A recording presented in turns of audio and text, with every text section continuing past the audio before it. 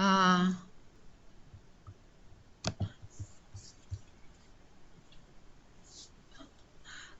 suggest to start our meeting today, and let me introduce our expert. In this room, we are glad to greet our constant participant, our editor of scientific journal Review of Business and Economic Study, господин Межва. Our other expert, Федюнин Александр Сергеевич, professor of Global Economy and Global Finance Department of Financial University, and our new expert, we especially glad to greet her, Professor Anna Глебова, Tverskoy State University, and our guest, we always glad to hear and see them from Rostov Railway University, Alina Andreeva and her students. Dear friends, I remind you that our participation is restricted in time, so only half an hour in our disposal, and now even less because of a certain technical problem. I hope our Vietnamese participant can join us again. And now let us reorganize the order of our presentation. And first of all, we would like to listen to our reporter from Rostov. Alina, please take your turn. Hello, dear colleagues. We would be glad if you can start and show our presentation we've sent you this morning. Do you have this presentation? Yes, we have. Would you be so kind to launch it, please? Yes, sure. Just a minute.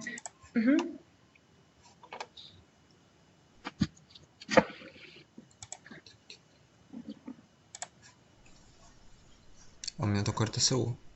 РТСУ это мы. Yes. Rostov State Transport University. Yes. А где ее презентация? Это ее презентация. Загружаем. Вот так. Just a minute, we upload. Поговорите с банком, мы, кажется, их слышим. Dear participant from Banking Academy, have you heard us? Yes. Okay, we are glad. Join us again. And now, because of technical problem, we reorganize our order of presentation. And Alina Andreeva from Rostov Railway University uploading her presentation right now.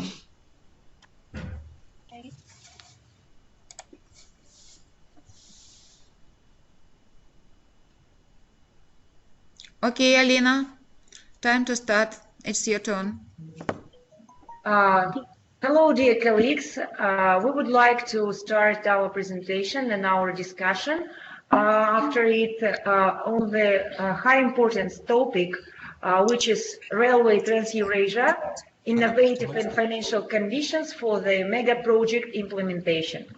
So let's us start with the plan, how we would like to organize our report today. We would like to speak some words, to say some words about the necessity of the project, about the partners, as well as opportunities and constraints and challenges of this project, and to elaborate a little bit some peculiarities of the Trans-Eurasia mega project implementations, such as innovative, which is technologies and industry 04, and financial conditions. So the necessity of the project is obvious.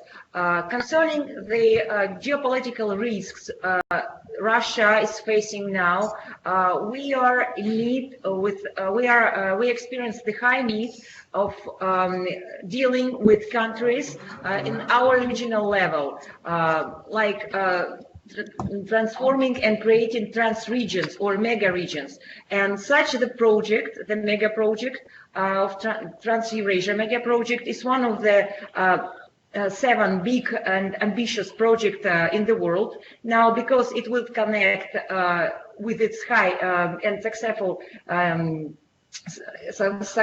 implementation, Berlin and China, Berlin, Germany, and China, Urumqi. So online trade growth experience two-digit growth annually, and that's why it's important to organize this transport corridor. Would you be so kind to switch the slide to the other slides, because I would like to show some figures and graphs. Yeah, and the next slide, please. Next. Here we go. Here is the part of this Trans Eurasia project, the national part, the Russian one, which we are presumably focused on. And this project is the high importance for our national mega companies such as Gazprom and VTB, and also it's the high importance interest of Russia. Northern Latitude Railway is the part of Silkway, and its national part. So we would like to show that some of the bridges here we already have, and some of the railway part we also have here. But we would like to expand it to the Arctic region because of the necessity I mentioned above, and because of the coordination with our China partners and with our European partners. Can you please switch to the other slide?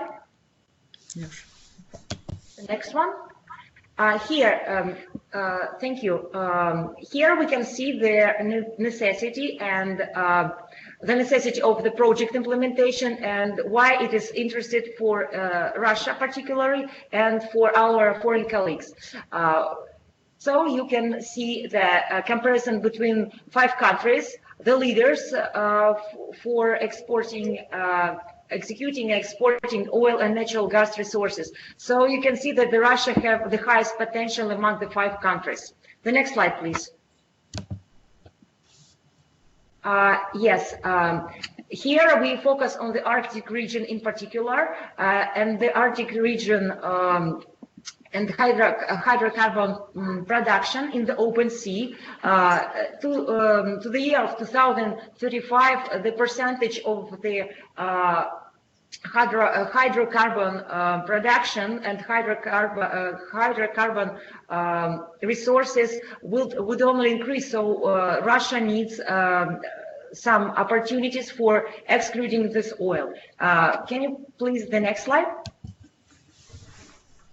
Here, yes, we also have some comparison between the named countries and large-scale oil and gas deposits in Arctic shelf. Russia have the highest volume, highest number of it is 33. To comparison to Norway, it's like 40 times more. So the Arctic project is important not only at international level, but first of all on the national level for Russia. The next slide. Also, we are, as far as we are representing Rostov State Transport University, we would like to say some words about railway transportation and cargo shipment and cargo transportation. Cargo shipment is one of the competitors for railway transportation, but railway transportation have the highest potential for development, and especially on the context of the Silk Road way creation. So now we are almost in 2019. So in 10 years we would have the higher potential, like 1.5 times more than now we are experiencing cargo shipment from the Arctic resource projects. The next slide, please. Arctic mineral resources traffic forecast. Here, I wouldn't name them because they are provided on the presentation and because the name of this of these resources places are very specific and it sounds in Russian. So later our colleagues can see the elaboration on digits and numbers. So I would like just to mention that the national part of this Trans-Eurasia mega project, construction of the Northern Latitude Railway, which have been discussing in 2016, 2017, and now is being constructed, and it's not only an investment project, it's in the first stage of realization, I mean in the region of Siberia. It's the highest national interest of Russia and the highest national potential of Russia. So the Silk Way is the mega project and international participants are really interested in it because Russia connects two continents and two cultures, China and Europe. Russia lays between them, and this Silk Way will be beneficial for all the participants. So we would like to describe it as a synergy effect. But on this slide, the numbers I provide, we provide is then are discussing the importance, the high importance for national part of this mega project that is executing right now. The next slide, please. Yes, here. I would like to say some words about forecast of the Arctic mineral resources traffic through the port of Murmansk.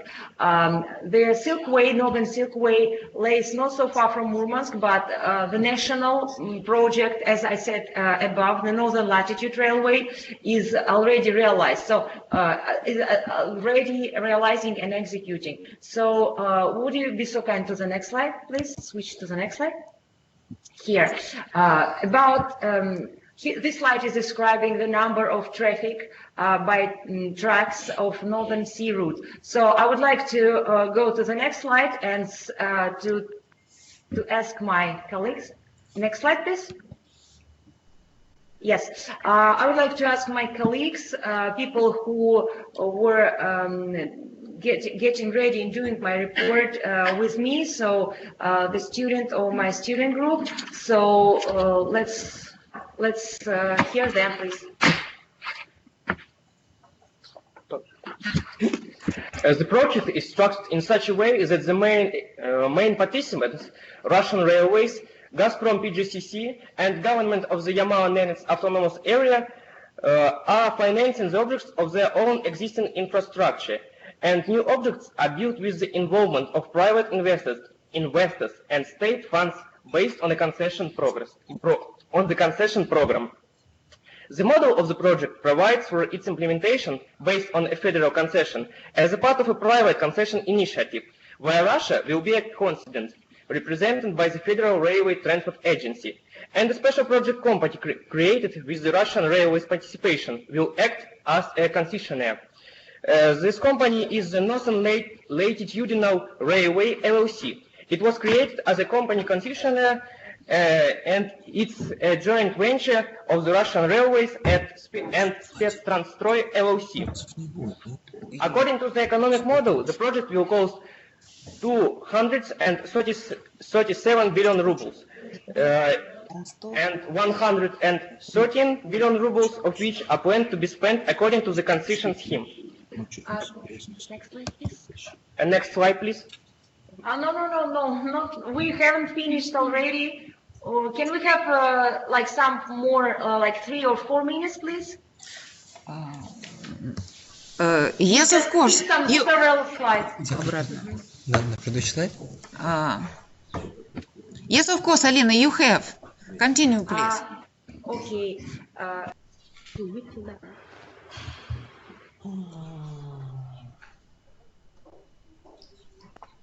Okay, I think that some slides of the newest version of our presentation must be lost, so I will just say these facts without any pictures.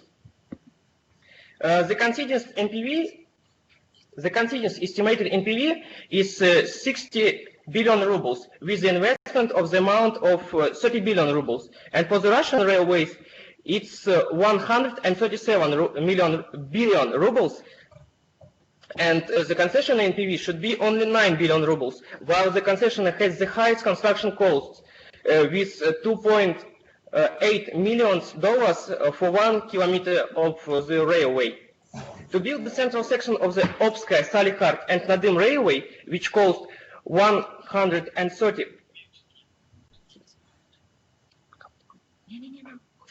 which will cost 130 billion rubles,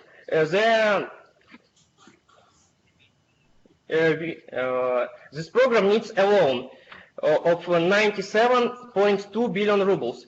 This is one of the largest infrastructure projects in Russia, so the biggest banks will join their efforts. These are Sberbank, VTB, Gazprombank, Web, and Eurasian Development Bank. Also, we would like to say some words about technologies and Industry 04 opportunities for construction of the national part of the Silkway. So, Sonia, please.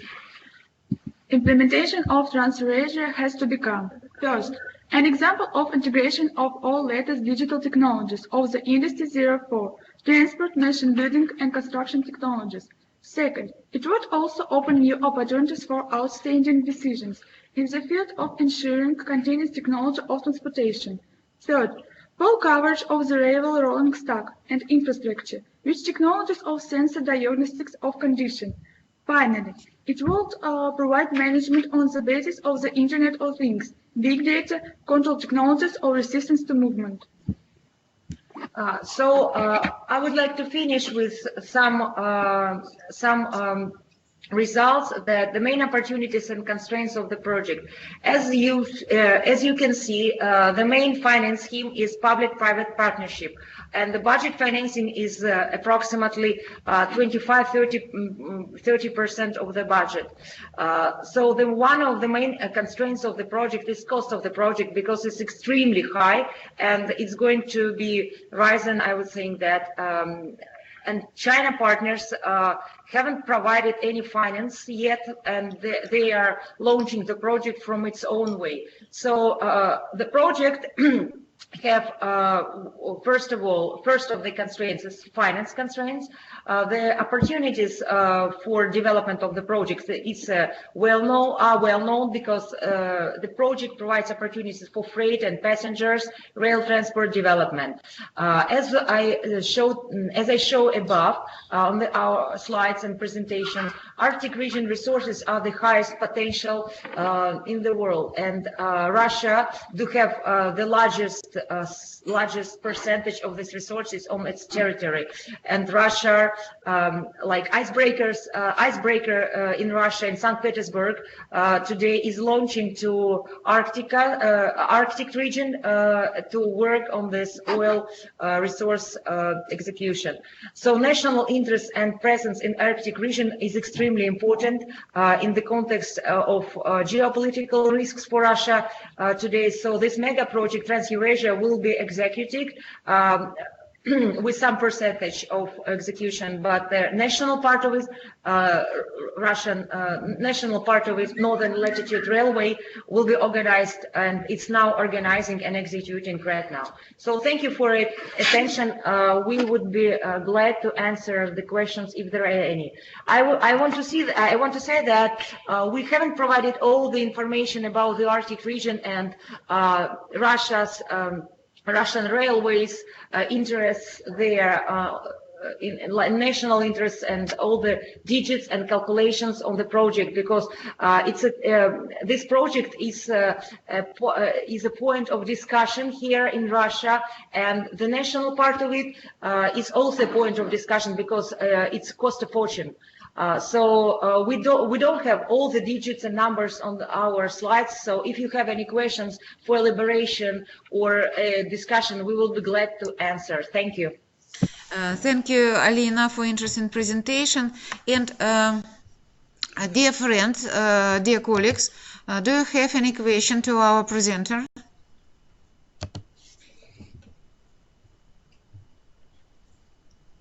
Okay, Anna, I have one question to you. You mentioned consortium of Russian banks who are involved in this mega project, but could you please to remind us their name, and what about participation of foreign bank in our national part of project, because we have 20% of participation from US and any other country like Norway, and what is their participation? Second question, what is their participation to this project? Are they participate with money or maybe with moving equipment like carriages and locomotives? Thank you for the questions. They are pretty much interesting. We would like to answer on the first question that banks who are representing Russia are Sberbank, VTB, Внешэкономбанk, Gazprombank, the banks with the percentage of government shares. We don't have foreign participants, and we are highly welcome them, but unfortunately due to sanctions imposed on Russia, participating with Russia on Arctic projects can be a challenge for foreign banks and foreign countries except China. So now we're dealing with only like Russian financing from Russian point of from Russian side. We are not discussing opportunities with we've been discussing, I mean Russia have been discussing opportunities with our European colleagues, with our China colleagues, and the second question is one of the best that yet we don't have financing providing from China except credits for except loans for some goods or goods for consumer market, but we are glad to participate. We are glad our foreign participants to participate with innovative technologies and the financing as well. So the priorities of finance, whether innovation is not a question. We would be happy. I mean, Russia and other country. I mean, Russia would be happy to just participate our neighbor countries by any means. So thank you for your answer. It seems to be purely a Russian project, and I think that it is a real challenge to our not only economy, our finance, but really our technology sources. And of course, I would like to our economy to succeed with this project, and we have a continuation of your discussion in a report of our Professor Ilinsky, but nevertheless, we now take microphone to our Vietnamese friends.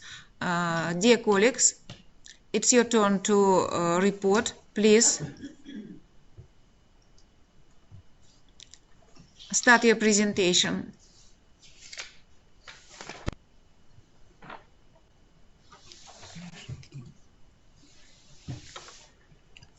Okay. Нас слышно вообще? Dear Vietnamese colleague, Yes, please load your presentation, please, and start it. Они также дали, да, PDF-файл, который невозможно запустить. А что с Глебовой? На камеру откручила. Спросите, слышит ли она нас? Она вроде на связи. While our Vietnamese friends are preparing, dear Anna, Tver, can you hear us? No. Yeah, yes, we can hear you. Because The slide. Включите ваше видео, пожалуйста. Anna, we can't see you. Okay. Can you see us? Certainly. We are ready to listen to you and see your presentation. Start, please. Yes.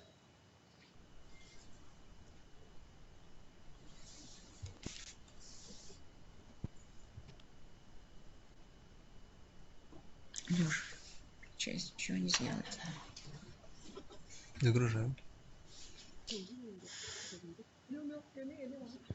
Okay, let's start my presentations about the two-way U.S. And China FDI and one of the hottest topics in the international economics now is trade war between the U.S. and China.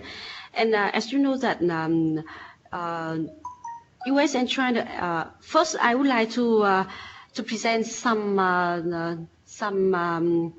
facts about the two ways FDI between U.S. and China, and then I will talk about the trade war between the two partners, and then I give some recommendation about for the Vietnamese attracting FDI presently.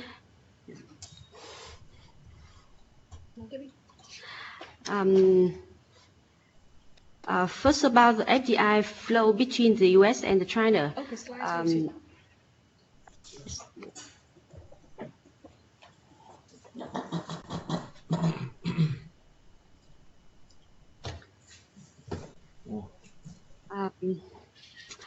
in the year 2017, the FDI transactions between China and the U.S.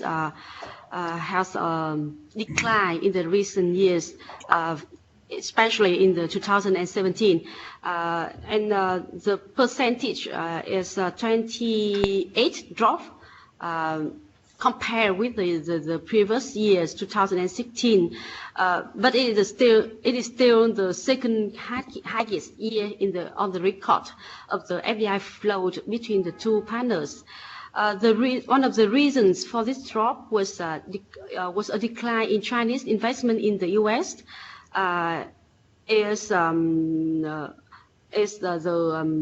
decrease of the Chinese investment in the U.S. To 29 billion in the year of 2017 from the 46 billion in the 2016, and especially this decline would have been much steeper without the Chinese acquisitions that was announced in the previous years, but completely in the 2017. And meanwhile, in China, American investment were almost unchanged over the previous years. It's still around 14 billion US dollar compared with the year 2017. 2016. The second point is that the policy and politics in China and the U.S. in the two ways investment declined, and then the policy intervention impact the industry compositions in both directions.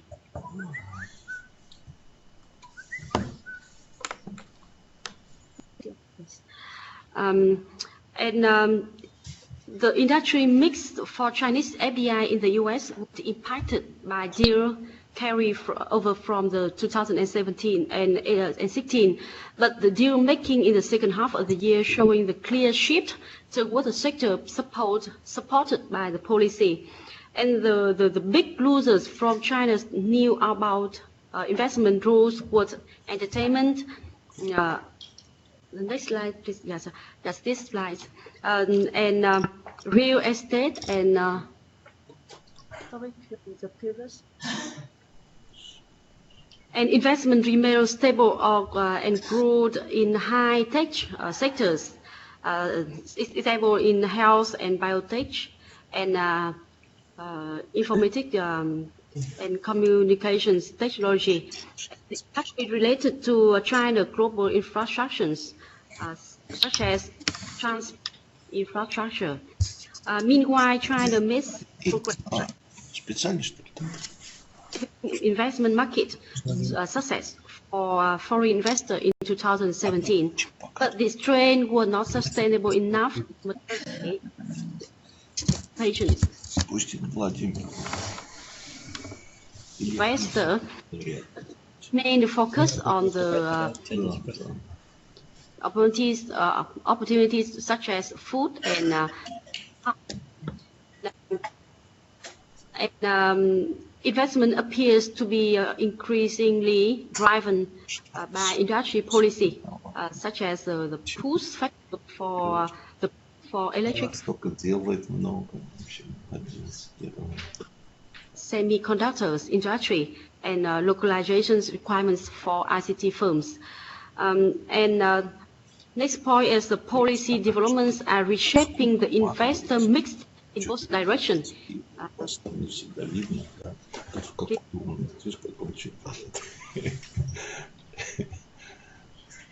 The Chinese conglomerates mostly have done the FDI in the U.S. So most of the FDI, the Chinese FDI is driven by the state-owned company. Even in the 2017, small and medium-sized investment by firms, by private firm, is growing, and state-owned player has proved better able to navigate to the new regulator environment. Even their investment in the U.S. remains small. But for the U.S. FDI in China, the private firms and financial players remain the most important. They continue to focus on small and medium-sized transactions, and the big investment in 2017 was made by major multinational in the automotive, ICT, and consumer sectors, often driven by industrial policies, semiconductors, and localization requirements. And as you see in my presentation, you can see that for the entry mode of FDI, of Chinese FDI in the U.S., the greenfield, it means that the new investment is much lower than the acquisitions. It means merge and acquisitions, because China has much money to do many deals in M&A. You can see that the 10 times of M&A compared with the greenfield. That is very different in the U.S. FDI entry mode in the China. Most of the FDI of U.S. FDI in China is greenfield. It's not acquisitions. So it's very different. Next slide, please.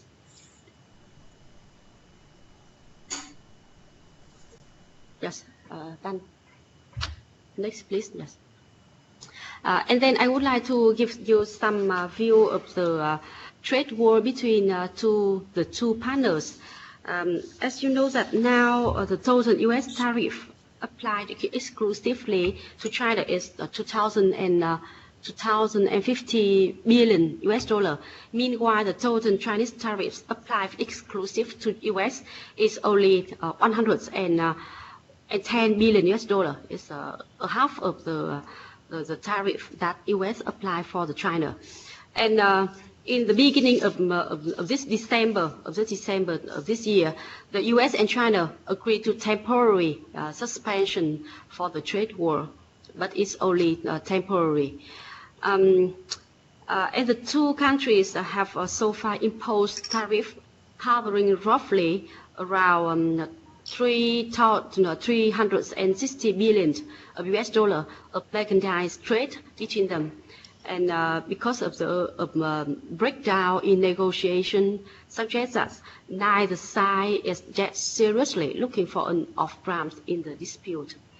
And the trade war have largely been driven by U.S. tariff measures, with China responding in kind. In last month, October of 2018, the U.S. tariff, in fact, have largely targeted to intermediate components, primarily in the electronics and machinery sectors. In response, China has largely targeted to U.S. automotive and agricultural products, which represent China's largest merchandise imports from those countries. Now the two partners agreed to temporary truce to de-escalate trade tension following the working at the G20 summit in the beginning of December. And according to the agreement, both partners will refrain from increased tariff or imposing a new tariff for as the two sides work towards a larger trade deal. And this recent trade war have many impacts to the FDI between the two partners and impacts to the world economy. For the FDI between the two partners, policy is pulling down the volume of two-way investment flows. This more problematic political environment is likely not just transition, but rather a new normal. Next, please. The future investment mix will be different, and the last year, 2017, offer a first test of which types of deal will have staying power, or which will not. The outlook of two-way investment is fragile as Washington and Beijing reassess the foundation of the economic and political relationship. And the U.S. and China investment relationship will be an important determinant for how other countries handle investment relations with China. Not only have impacts to the FDI between the two partners, the trade war between U.S. and China have many impacts to the Asian, to my area, Asian and Vietnam too as well. For next slide, please. For Asian, we have some positive effects in trade and FDI. For example, opportunities to replace Chinese goods on American market for Asian countries, and American goods on Chinese market, and the prospect of East Asia moving towards a self-sustaining economic entity with its own business circle and producing more and more domestic consumptions.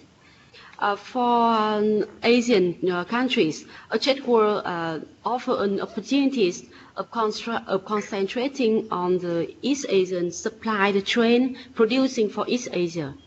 And otherwise, we have some negative effect for the Asian countries, stems from higher consumers' prices in the U.S. due to the tariff, which dampens consumptions. And for my country, Vietnam have many impacts from the U.S. and China trade war. In my research, we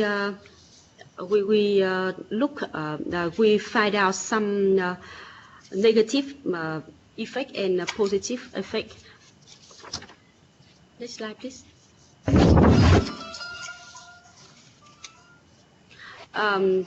Some positive effect from the U.S. and China trade war on Vietnam is that increase in exports to U.S. to replace the Chinese goods, and we can increase in export orders of goods transfer from China, and the company relocated Chinese-based high-margin industrial operations to Vietnam. Otherwise, we have many negative effects. Such as Vietnam goods could suffer high U.S. tariff due to Chinese goods being rerouted through Vietnam before being exported to the U.S. And Chinese company accelerated the process of transferring outdated and pollution-generating technology to Vietnam by FDI investment, yes, and fierce competition from U.S. and Chinese consumer goods and agricultural products on both Vietnam export and domestic market. Vietnam can get the lower long-term economic growth if we get the FDI China. To reduce the negative effect coming from the trade war, Vietnam should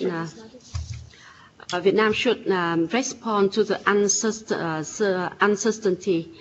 In short term, we can have some tactical responses, such as adopt a more selective policy in attracting FDI. Vietnam can scrutinize and reject investment projects that show signs of rerouting and negotiating the practices from China.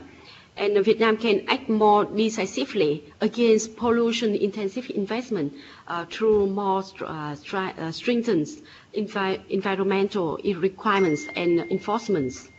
And Vietnam, the government should have the domestic producers compete with Chinese and the U.S. exports of goods and agricultural goods. That is my presentations. Thank you for listening, and I'm looking forward to hearing your idea in this topics. Thank you.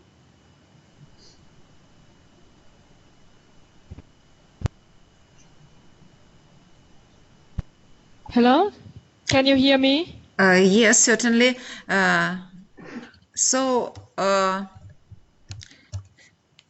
Did you finish your presentation, dear Vietnamese colleague? So in such case, I would like to greet our respectable Professor Cant Ho Huong for interesting presentation. And dear colleagues, do you have any question to our reporter, Vietnamese reporter? Please, we have two questions. The first one is, thank you for the great presentation. Do you consider that the era of globalization is over because of existing trade wars between huge countries and huge economies? And the second one, do you consider that opportunities of the trade war between US and China is beneficial for Asian market development? Thank you.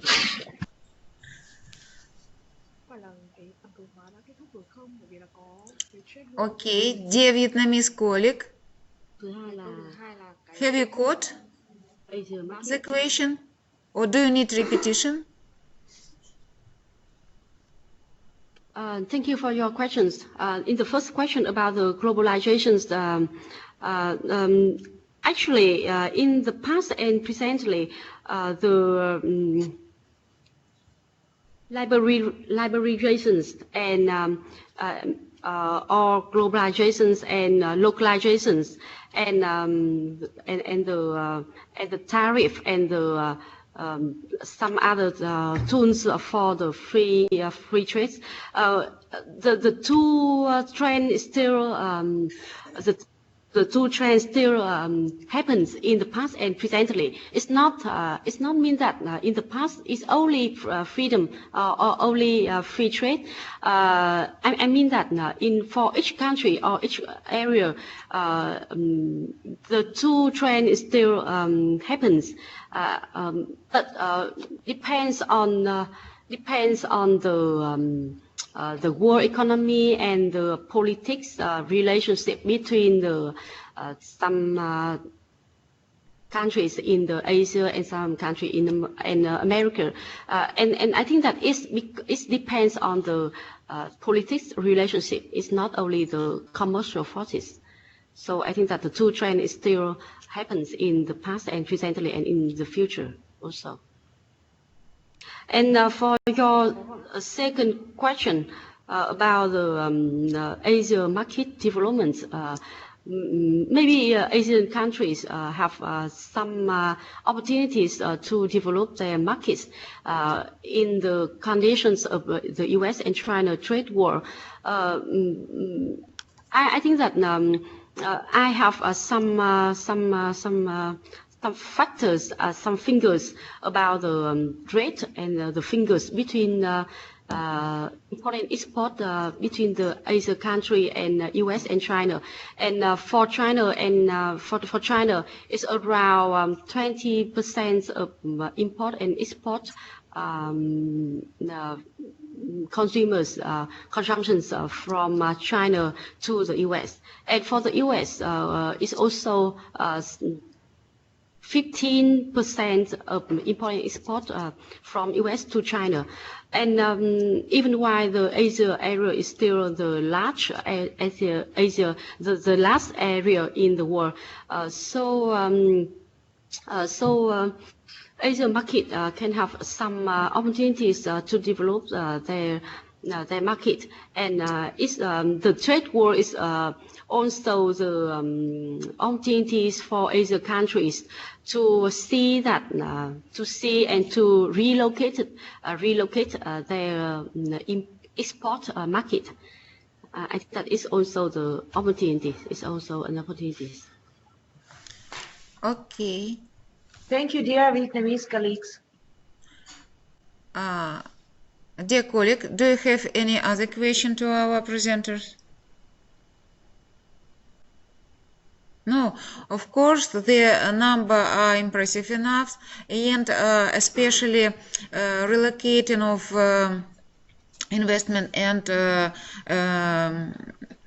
changes the source of investment among South Asian region, and of course situation with Russia under the sanction is not almost the same, but very many similar process we have now in our finance and in our economy, and of course as a previous report confirmed, we need really need source of foreign investment, but nevertheless, as our Vietnamese friend and colleague confirmed, we find any other way to finance, to support our economics project. Thank you once more for interesting presentation, and our third presentation is a Northern Silk Road and China's Arctic Strategy. Presenter is Professor Ильинский. Please start, Леша. Включи, пожалуйста. Okay.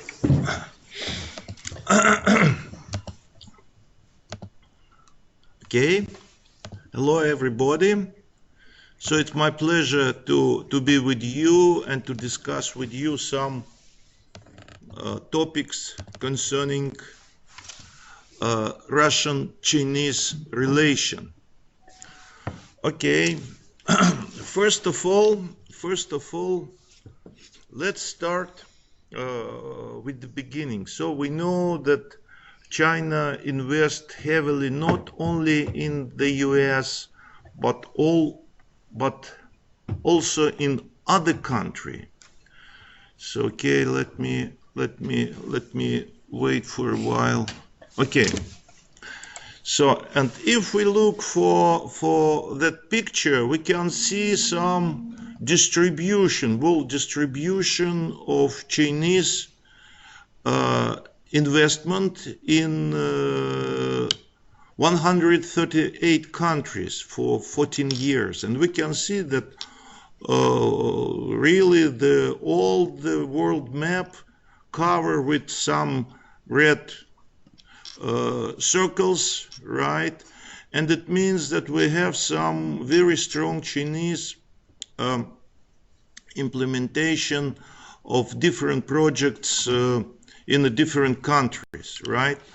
But to do that, we should understand that it's not only map, but also it's some transportation. So we need to create some world shipment system which allow to invest and to get some resources, especially energy resources, to China. And here we can see all major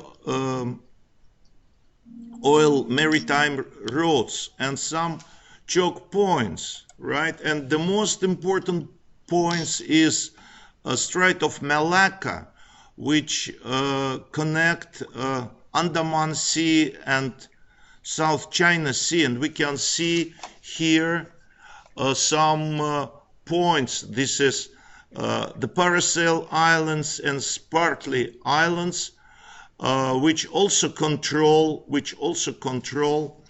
the shipment of energy, not only to China but also for all Asian countries, right? So it means that this is a serious problem, and in the case of further development of trade war against China and US, we can some problem of energy shipment to Asia from Indian Ocean, right? At the same time, okay, how to use it? Okay, we can see the other important phenomenon. This is the global warming, and the global warming changed the situation in Arctic Ocean, right? And we can see that in 30 years, we hope that many ices in the Arctic Ocean disappear, and we can opportunity to create the new geopolitical situation in the world. And we can see that in Arctic Ocean, the key for the Arctic is the Greenland, right? And the Greenland now is very actively colonized by the Chinese company. So they got the control over the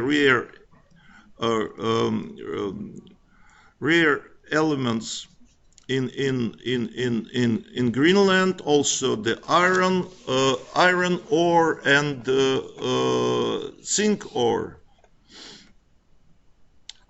So everything is okay, but at the same time we can look for the new possible routes. This is the Northern Sea roads and ice clusters in Arctic, right? Let me look. So here we can see some serious problem for navigation in Arctic. We can see that if we have interaction between different ice floor, and we create the so-called the pressure ridge, or Otoros in Russian, and it's create very serious problem for navigation. What's happened? Okay, but we can see here that China start very efficient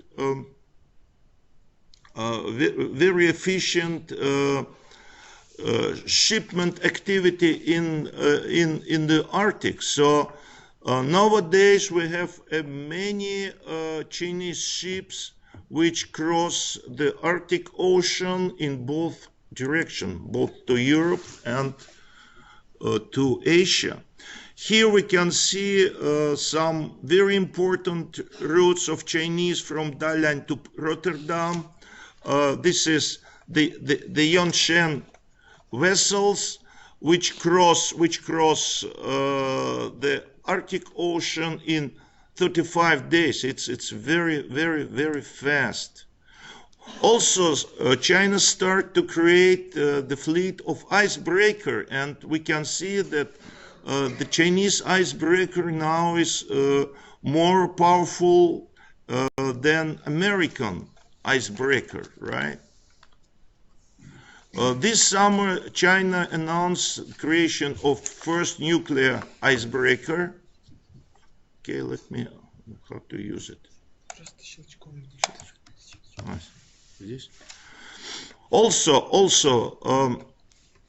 we can see a submersive drilling platform, Nanhai aid in Kara Sea and discovering of the new resource of gas resources, huge gas resources in Kara Sea.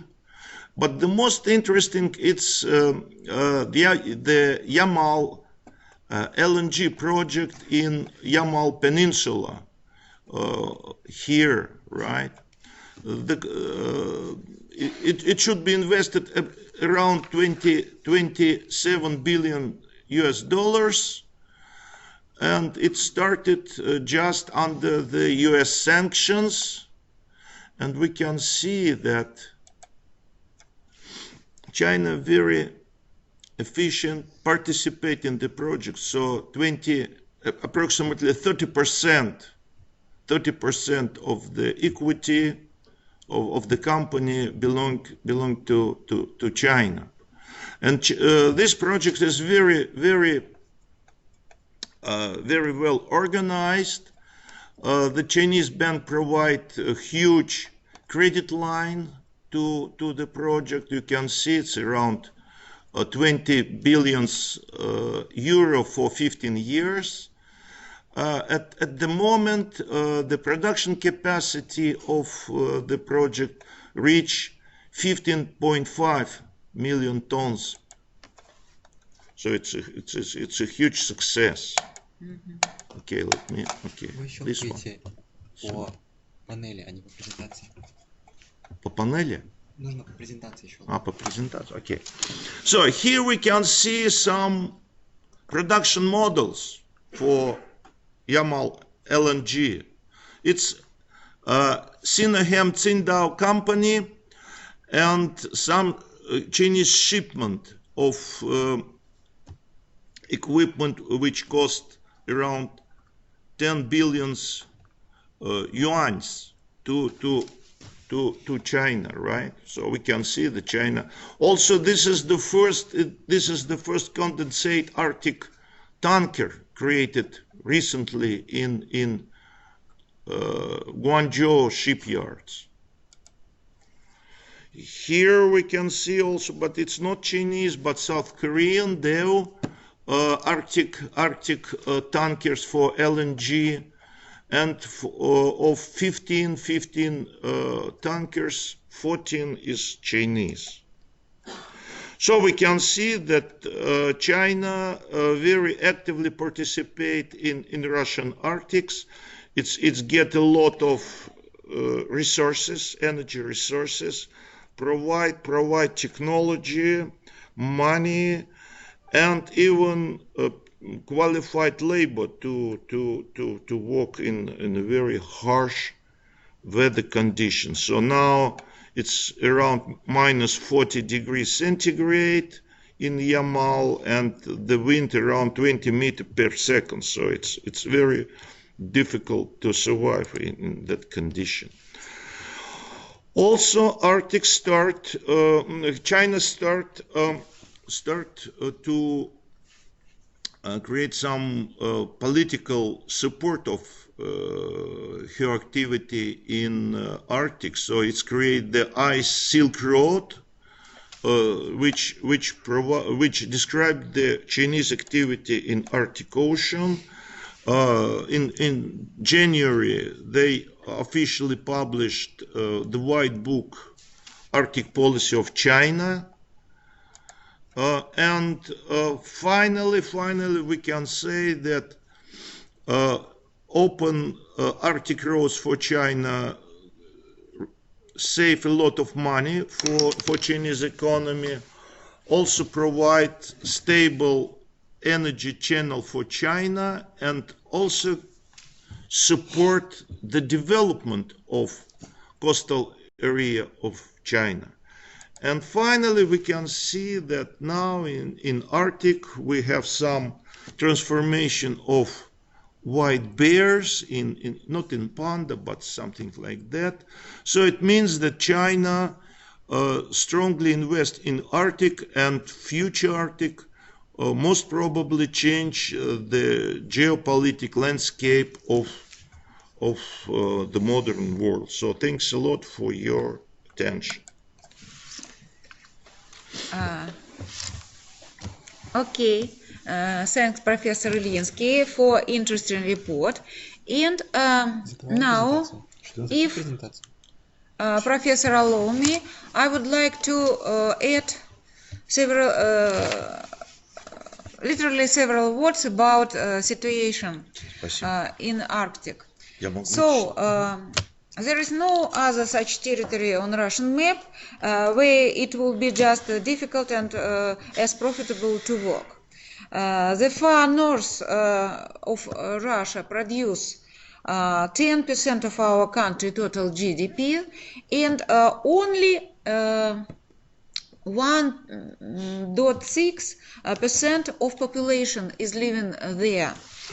What else? According to scientific estimates, 40% of Russian gold reserve, 60% of oil, and about 80% of gas and 100% of primarily diamond deposits are concentrated in Arctic zone. And what about transportation? In 2020, the service life of most powerful US icebreaker Polar Star ended. This is things for consideration, and construction of nuclear-powered nuclear ships will be carried out on the basis of mixed financing. The state, I mean Russian state, will allocate a part of required amount. Rosatom will add the rest of money from its own fund and borrow from banks. And the cost of the world's most powerful icebreaker Leader can be up to 100 billion rubles. So I think that this deal is impressive one, and somehow we happily connected the first presentation of Alina Andreeva with over the observation railway situation of the territory of Russia, with presentation of Professor Ilinsky about sea route over the Arctic Sea. With very interesting break mentioning transitional situation in South Asia, as our Vietnamese friend told us. So, dear colleague, do you have any question to our presenter? Нам в каком формате? Ну, подключать или сюда? Сюда, сюда. Подходите сюда, спрашивайте.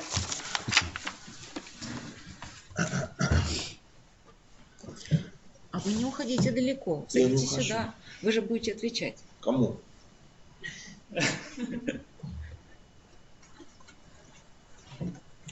Прямо микрофон признал.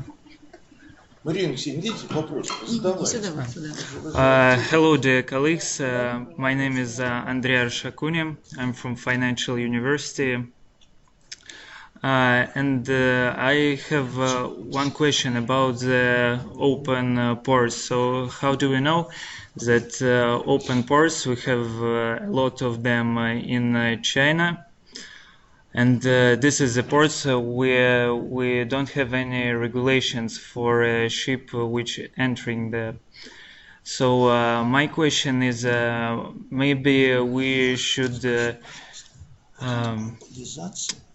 take some point to make the research about the open ports in Arctic. So because, for example,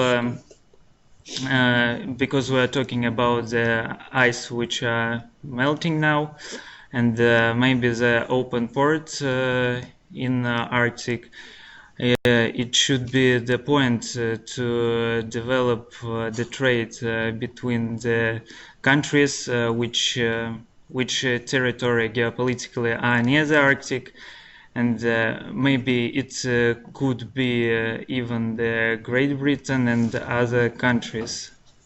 So this is my question: what we can have if we have a project of open port in Arctic? So I just want to have your point of view. on this topic. Your opinion. Yes, your opinion. Who are you asking? Asking for everybody because we're discussing all the teams. Okay. So, dear colleague, who is ready to answer this question? Вам придется отвечать, Владимир. Да, уж нет. Марина может ответить.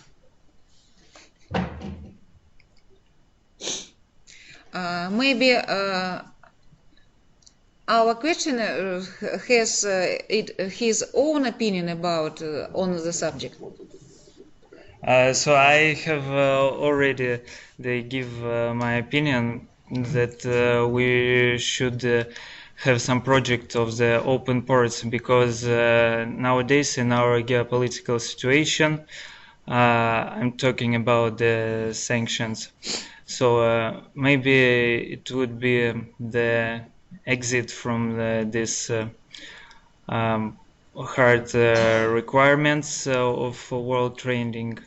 Because as I have said that open ports don't have any regulations for trading and to entering some ships for another countries about the trading ships.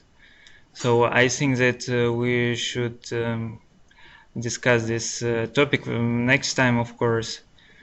But my opinion is that it could be the way.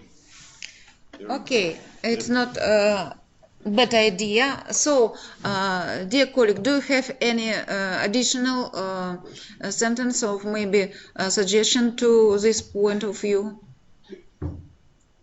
I have a question to Professor Linsky. Can I do that? Марина Алексеевна, сюда. У нас сегодня некоторые технические проблемы. Вас услышали. Я вас включил. Сюда. Идите сюда. Только не очень сложный вопрос. Что? Вот туда. Прям говорить, да? Professor Linsky, thank you so much for such a information, for such a report, for such a looking to the future, looking to our perspectives. And my question about the strategic planning and vision, what do you really think? How do you picture this place, let's say in 20 years? Can I give a vision, and considering that you dig deeper really to this topic and you try to really understand what's going on there and how and who are active there, what if we will have a subsidiary of financial universities there? Could it be happened? Yeah, sure. Thanks a lot for very interesting and very provocative questions, right? So, first of all, I should say that the situation is not so clear, right? Like it seems to some people from media. From one hand, we have some global warming, right? But at the same time, we have very high level of volatility of ice covering of the ocean, right? So we have really two types of. If we consider, for example, the most successful Arctic project nowadays is Sabeta LNG, right?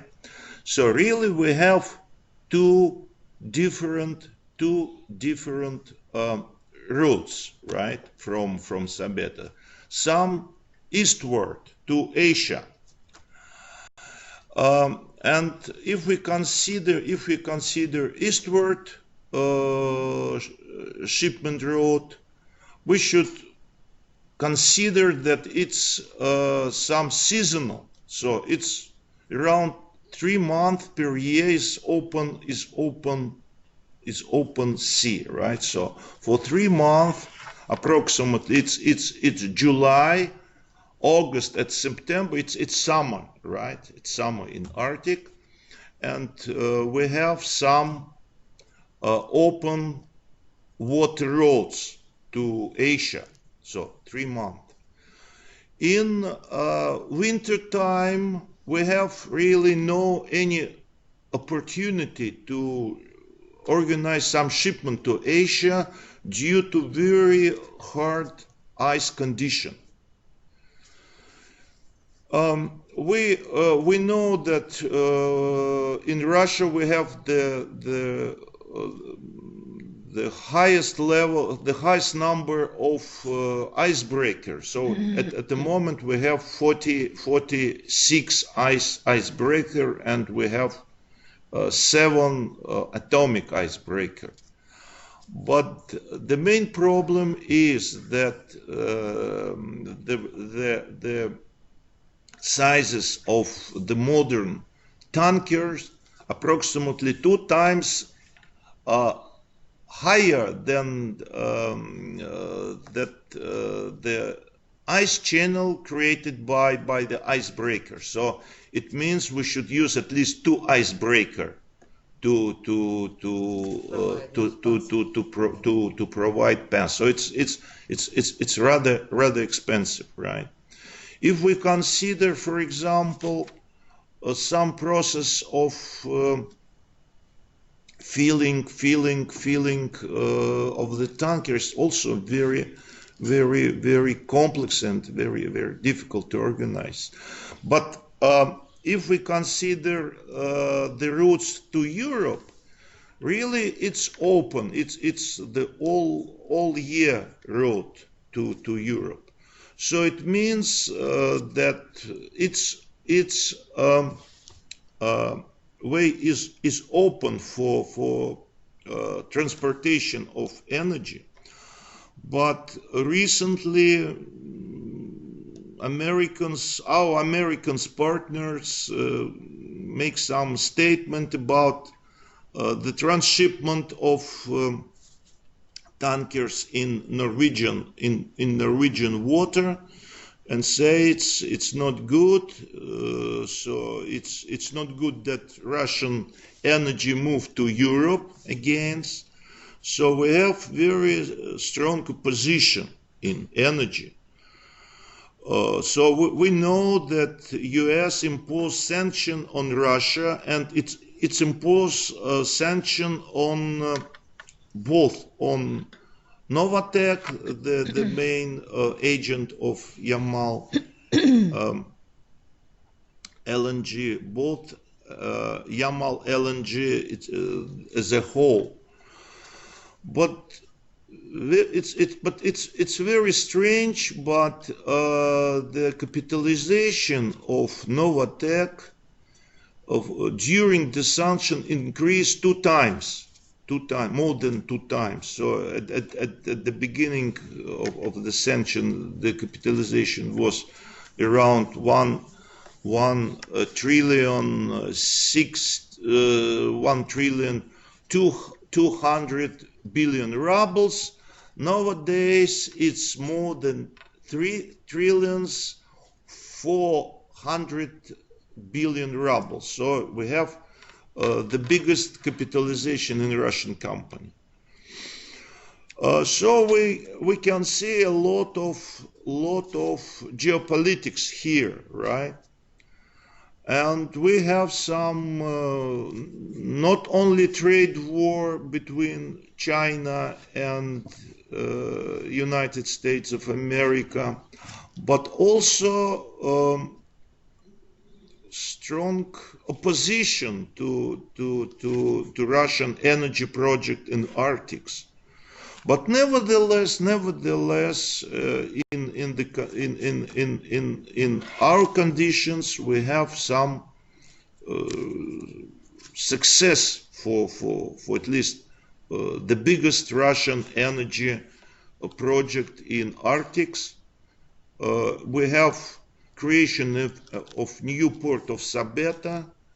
We have dramatic increase in cargo turnover in Sabeta hub. So we understand that most probably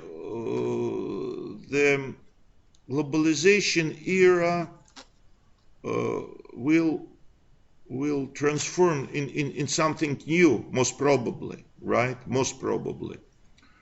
And in 20 years, we can see the new agent in Arctic Ocean. And most probably that China, if China established the control over the Greenland, will be the main Arctic player in 20 years. So it's my vision of the future. So it means that we should find some balance of interest in that area and to look into the future. Thanks a lot for very difficult question. Okay. Thank you. Thank you. Icebreakers nowadays, even walking, even going along the Moscow River, we have icebreakers. Do you know about that, by the way? Yeah. Yeah, you can make a tour on the icebreaker in winter. Do you know the thickness of the ice for 1 year? It's created for 1 year in Sabeta, in the port of Sabeta. It's between 1 meter 40 centimeter and 1 meter 50 centimeter. This is 1 year ice. Huge.